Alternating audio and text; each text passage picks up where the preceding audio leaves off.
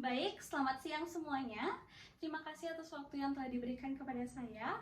Perkenalkan, saya Kak Diana Agusini Putri Subrata, nomor absen 32.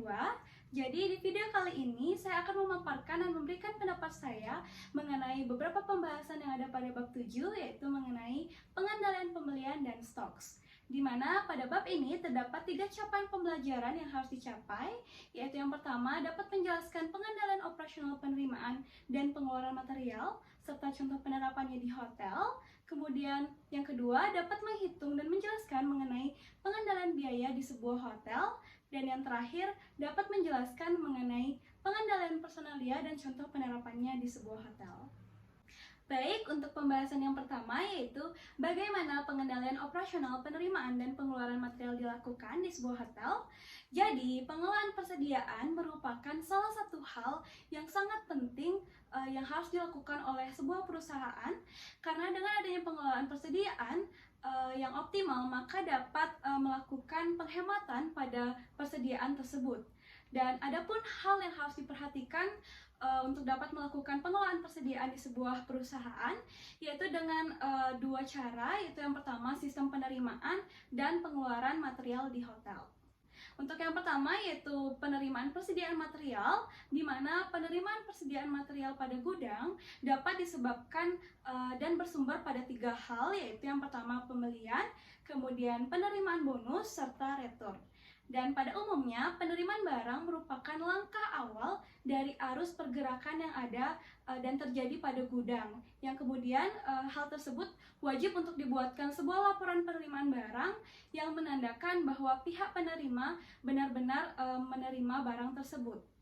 Adapun contoh penerapan alur penerimaan barang yang diterapkan di sebuah hotel, tepatnya itu pada Hotel Ibis di Jakarta, di mana langkah awal yang dilakukan oleh hotel tersebut yaitu Department Purchasing akan melakukan pembelian barang dan membeli supplier sesuai dengan Purchase Requisition atau PR yang telah diajukan dari setiap departemen yang membutuhkan barang, yang selanjutnya akan diproses menjadi Purchase Order atau PO.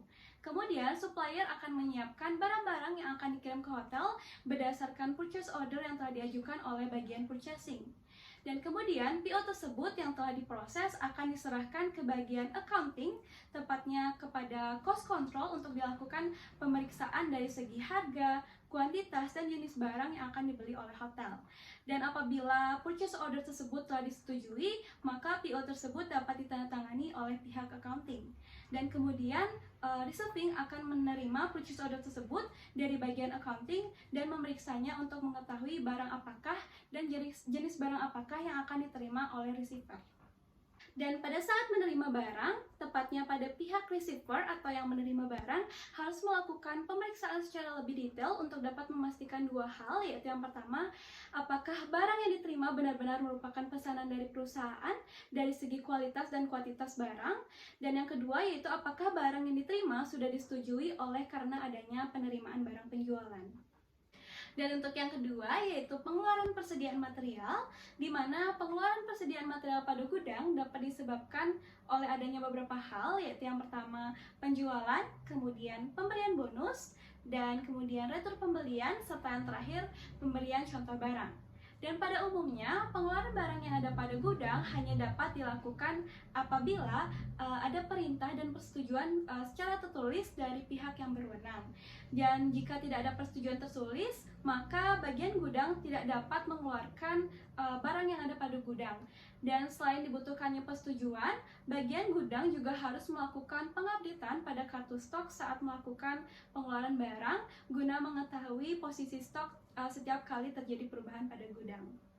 Adapun contoh penerapan alur pengeluaran barang yang diterapkan di sebuah hotel, tepatnya yaitu pada Hotel Ibis Lipi Jakarta, di mana langkah awal yang dilakukan yaitu tiap departemen yang memerlukan barang ataupun material harus menyiapkan form ISR atau Storeroom Requisition yang berisi tentang jenis dan jumlah satuan dari barang yang akan diperlukan dari departemen tersebut. Kemudian formulir SR tersebut harus disetujui oleh departemen head terlebih dahulu dan kemudian akan diserahkan kepada bagian gudang. Dan jika formulir SR tersebut sudah disetujui, maka bagian gudang dapat memproses permintaan tersebut lalu mengecek dan menyiapkan barang yang diminta oleh departemen yang membutuhkan. Dan kemudian pihak gudang dapat menyerahkan barang yang diminta dan selanjutnya meminta tanda tangan dari petugas yang menerima barang tersebut agar dapat dijadikan sebagai bukti tanda terima bahwa telah menerima barang tersebut. Dan kemudian setelah itu bagian gudang akan menandatangani formulir SR tersebut.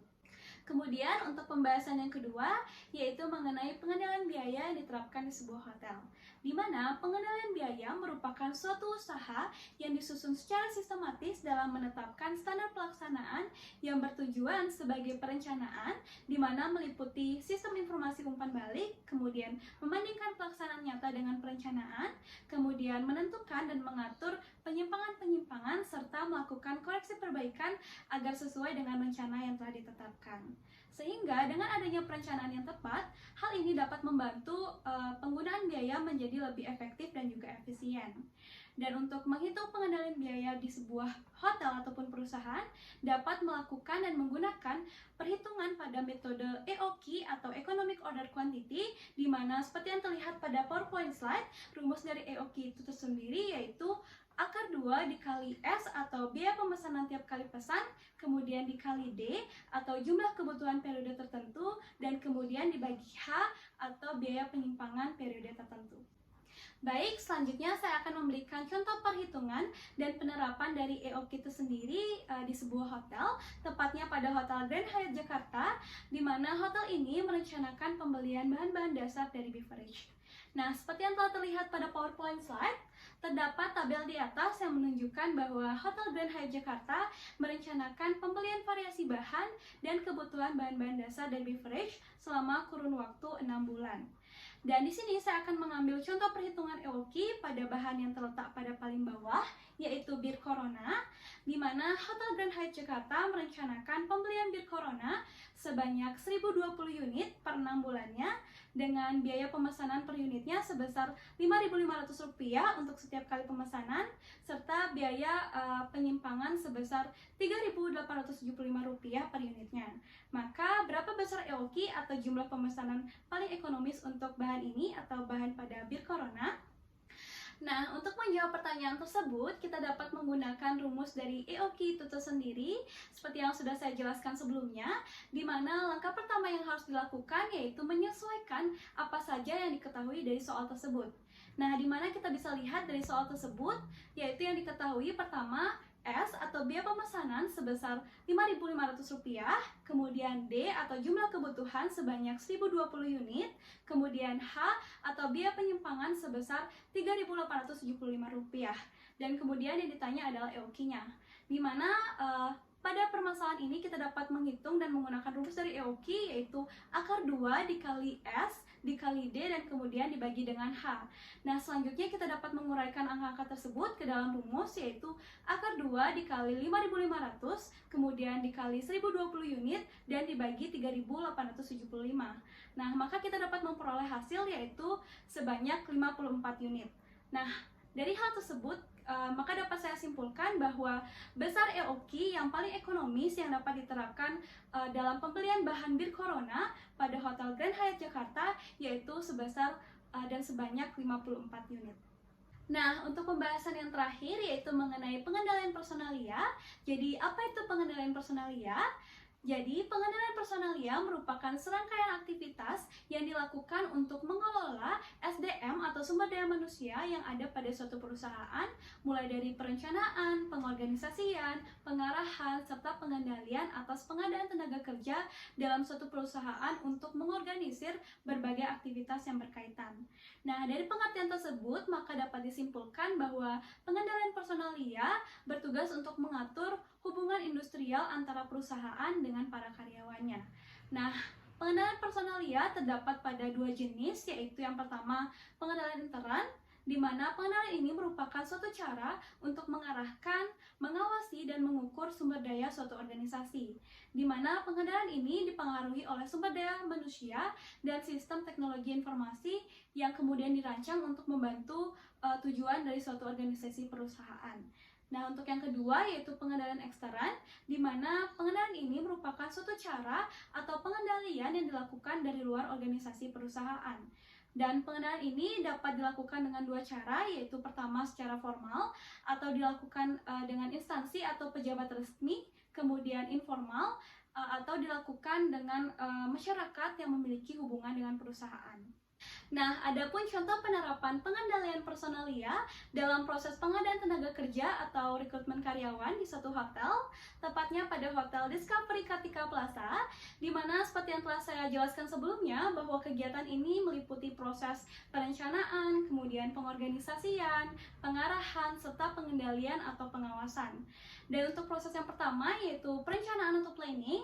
Nah, proses perencanaan ini meliputi segala persiapan dalam proses rekrutmen karyawan pada suatu hotel, di mana jika suatu departemen membutuhkan karyawan, maka harus melalui persetujuan dari General Manager Hotel dan harus sesuai dengan budget yang telah disediakan oleh hotel. Dan kemudian bagi departemen yang membutuhkan karyawan harus mengisi form employee requisition, dan jika sudah mendapatkan persetujuan, maka dari bagian HRD akan membuat pengumuman perihal lowongan kerja yang dibutuhkan oleh departemen tersebut. Di mana untuk proses yang kedua yaitu proses pengorganisasian atau organizing, di mana setelah adanya permintaan kebutuhan karyawan, maka selanjutnya bagian HRD akan membuat pengumuman dengan dua cara, yaitu internal dan eksternal. Di mana untuk internal, hal ini dapat dilakukan dengan cara menginformasikan lowongan dalam manajemen hotel itu tersendiri bahwa salah satu departemen di hotel memerlukan karyawan. Sedangkan untuk proses eksternal dapat dilakukan dengan cara menginformasikan lowongan melalui website hotel, kemudian sosial media, ataupun melalui grup human resources yang ada di dalam Bali ataupun di luar Bali. Dan setelah penyebaran informasi dilakukan, maka pihak HRD akan menentukan siapa saja orang-orang yang akan dibutuhkan dalam kegiatan ini. Dan untuk penerapan pada hotel ini, tepatnya pada Hotel Discovery Kartika Plaza, mereka melibatkan HRD, kemudian General Manager, serta Departemen Head yang kemudian akan dibagi menjadi 3 interview, yaitu yang pertama tes kesehatan, kemudian psikotest, dan yang terakhir adalah interview pamen. Di mana interview pamen ini khusus dilakukan di hotel ini untuk mengetahui wawasan kebangsaan dan seberapa nasionalismenya calon pegawai tersebut. Dan untuk proses yang ketiga yaitu proses pengarahan atau directing, di mana setelah semua persyaratan sudah selesai dan perjanjian kontrak kerja sudah disepakati antara kedua belah pihak, maka pihak HRD kemudian akan melakukan proses pengarahan kepada karyawan dengan mengadakan sebuah orientasi atau pengenalan lingkungan hotel dan kemudian pengenalan ke masing-masing departemen yang ada pada hotel. Dan untuk yang terakhir yaitu proses pengawasan atau controlling, di mana proses pengawasan yang diterapkan pada hotel ini atau tepatnya pada Hotel Discovery Kartika Plaza yaitu dengan menerapkan masa evaluasi dan percobaan kerja kepada karyawan selama 3 bulan untuk kemudian dinilai apakah karyawan tersebut sudah bekerja dengan baik dan selanjutnya karyawan tersebut dapat dikontrak oleh hotel selama 1 tahun pertama. Baik, sekian yang dapat saya jelaskan mengenai beberapa pembahasan yang ada pada bab 7, yaitu mengenai pengendalian pembelian dan stocks. Dan atas perhatiannya saya ucapkan terima kasih.